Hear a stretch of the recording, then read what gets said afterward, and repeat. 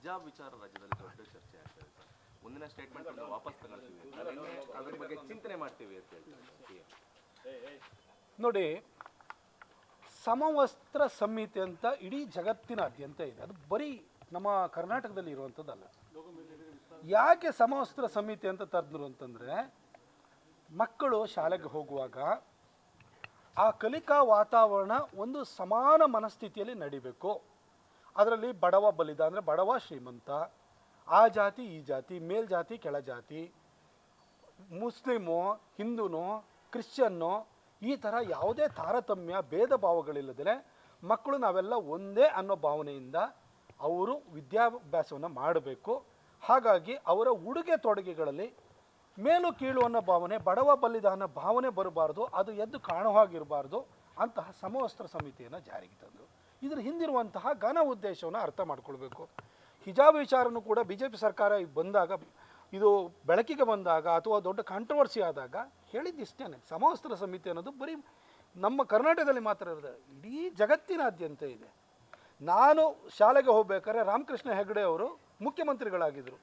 ಎಲ್ಲರ ಹತ್ರ ಬಡವರ ಮಕ್ಕಳಿಗೂ ಕೂಡ ಶಾಲೆಗೆ ಹೋಗೋದಕ್ಕೆ ಸಮವಸ್ತ್ರವನ್ನು ಖರೀದಿ ಮಾಡುವಂಥ ಶಕ್ತಿ ಇರೋಲ್ಲ ಅಂತ ಅವ್ರು ಅರ್ಥ ಮಾಡಿಕೊಂಡ್ರು. ನಮಗೆ ಉಚಿತವಾಗಿ ಸಮವಸ್ತ್ರನೂ ಕೂಡ ಕೊಟ್ಟಿದ್ದರು, ಪಠ್ಯಪುಸ್ತಕವನ್ನು ಕೂಡ ಕೊಟ್ಟಿದ್ದರು. ಇದ್ರ ಹಿಂದಿರುವಂಥ ಉದ್ದೇಶ ಭೇದ ಭಾವವಿಲ್ಲದೆ ಸಮಾನ ಮನಸ್ಥಿತಿಯಲ್ಲಿ ಒಂದು ಒಳ್ಳೆಯ ವಾತಾವರಣದಲ್ಲಿ ಮಕ್ಕಳು ಅವಿನಾಭಾವ ಸಂಬಂಧದಲ್ಲಿ ಕಲಿಬೇಕು ಅನ್ನೋದು ಉದ್ದೇಶವಾಗಿದೆ.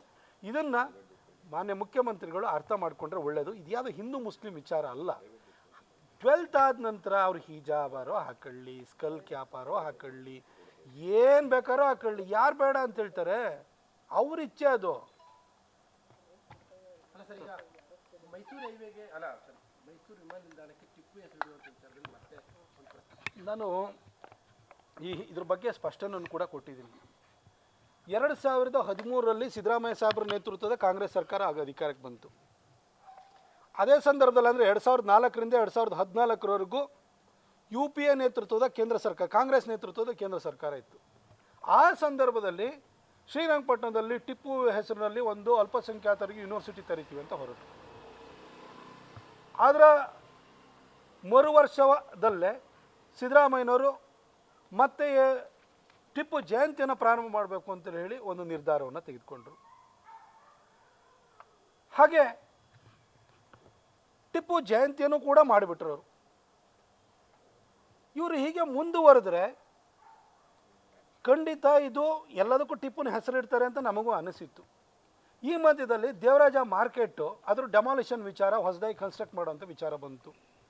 ಆವಾಗ ಅದಕ್ಕೆ ಇಷ್ಟು ವೆಚ್ಚವಾಗುತ್ತೆ, ಮಹಾರಾಜರು ಕಟ್ಟಿದ್ದು ಅದನ್ನು ಹಾಗೆ ಉಳಿಸ್ಕೊಳ್ಬೇಕು, ಈ ಥರದೆಲ್ಲ ವಿಚಾರ ಬಂದಾಗ ಸಿದ್ದರಾಮಯ್ಯನವರು ಏನ್ರೇ ಮಹಾರಾಜ ಏನು ಅವನ ದುಡ್ಡಲ್ಲಿ ಕಟ್ಟಿದ್ನೇನ್ರೇ, ಅವನ ಮನೆಯಿಂದ ತಂದು ಕೊಟ್ಟಿದ್ನಾ ಅಂತಂದರು. ನನಗೆ ಅವತ್ತು ಮನವರಿಕೆ ಆಯಿತು, ಸಿದ್ದರಾಮಯ್ಯನವರ ಪ್ರೀತಿ ಅಭಿಮಾನ ಅವರ ಗೌರವ ಏನಾದ್ರು ಇದ್ದರೆ ಅದು ಟಿಪ್ಪುಗೆ ಹೊರತು ಮೈಸೂರಿನ ಮಹಾರಾಜರಿಗಲ್ಲ. ಮೈಸೂರು ಮಹಾರಾಜರು ಕಟ್ಟಿದ ಕನ್ನಂಬಾಡಿಯಿಂದ ಮೈಸೂರಿನವರು ಮತ್ತು ಉಳಿದವರು ನೀರು ಕುಡಿ